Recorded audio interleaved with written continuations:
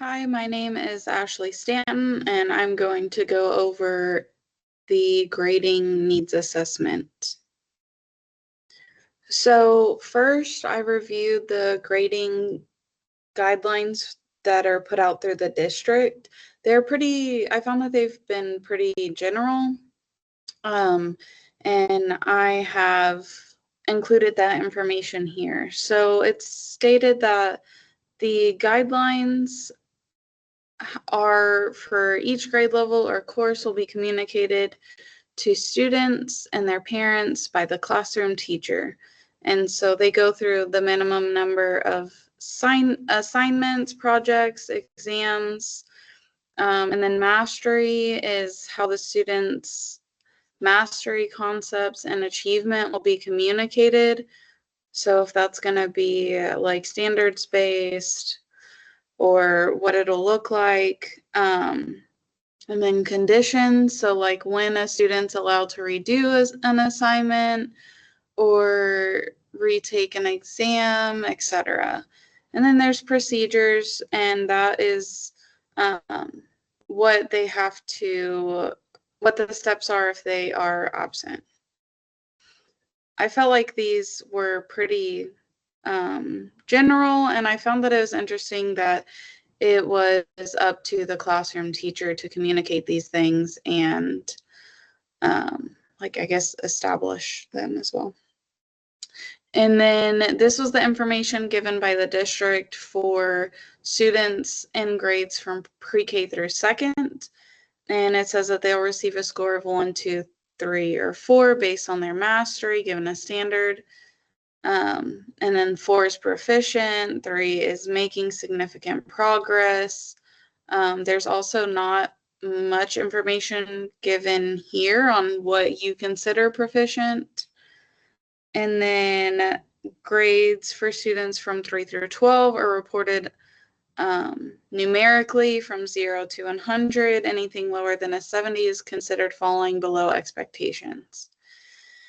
And then all other information regarding grading guidance was mostly like at a secondary level with what the requirements are to graduate. So I found that pretty interesting.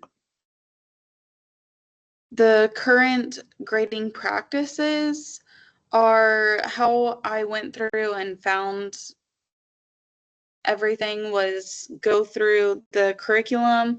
Our curriculum is through forethought and then the scope and sequence. And then the lesson plans had the timelines and then days for the units. And there was question banks for the assessments. And that was like one of them that I looked at was about 96 pages. They're different for each units. And then there was CBAs, and then the purpose for that was to guide instruction. And so they weren't used, it wasn't like, here's the unit test that we're giving every student across the district, like what's in the lesson plans. And so the elementary grading, there is 9 required grades per period. So our grading periods are about 9 weeks. Sometimes that can differ with like different breaks and stuff that we have. It might not be a full 9 weeks. And then the breakdown, that's about 1 grade per week.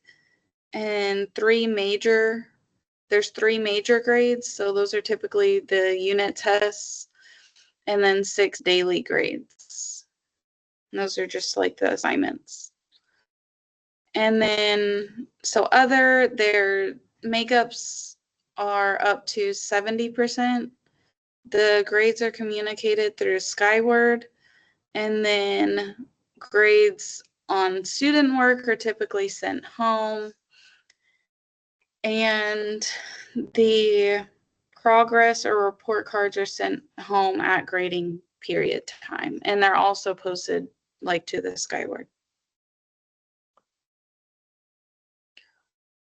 So when thinking about how open the grading guidelines and I guess like what the district has put out there, there definitely seems to be a need. And so we did a needs assessment. And the first section is the like general information of what the school name, the teacher, date it was completed, and then the evaluator, facilitator, and this is for 3rd grade math. And so we looked at TEKS alignment, and so we went through, you know, what are these adequately covered? Are they assessed regularly?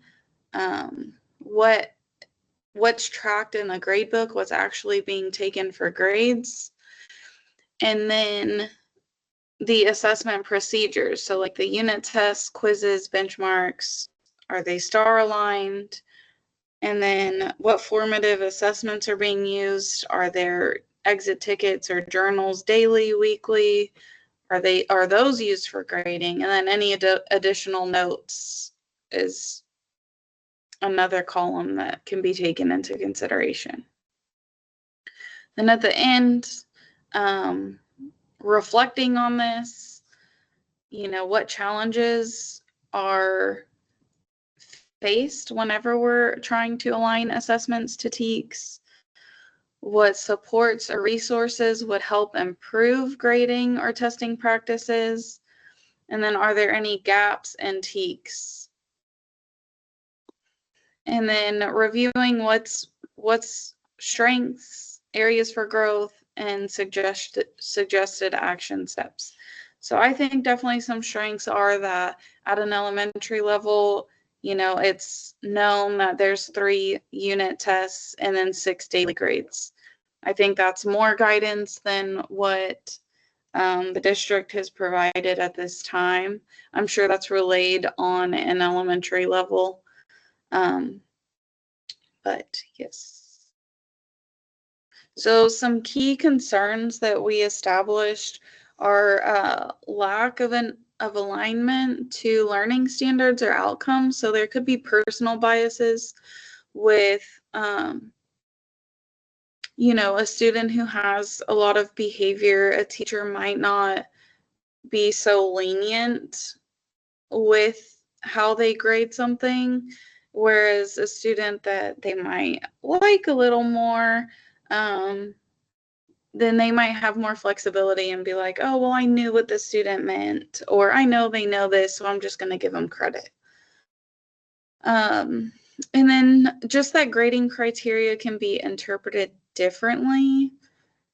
Grades may reflect behavior, attendance, or effort rather than the mastery of content. And so if a kid thinks something's too easy, they might rush through it and not do so great. And so those are definite concerns. And then inconsistent application. Teachers might give more assistance or more support whenever they are going through a test. So if they're walking around and they see that a few students are missing something, they might prompt and be like, hey, let's, look at number 3 and make sure that we're taking all the steps that we need to take. Or they might work through the first one together and then leave the next 3 questions for students to do independently. And so just making sure that that's whatever's being done is being done throughout each classroom. And then they might be using different assessments. So like maybe not all of the questions are the same from classroom to classroom or even throughout the district that is being, like what's being measured. And then are students being held to the same expectations from classroom to classroom or even throughout the district?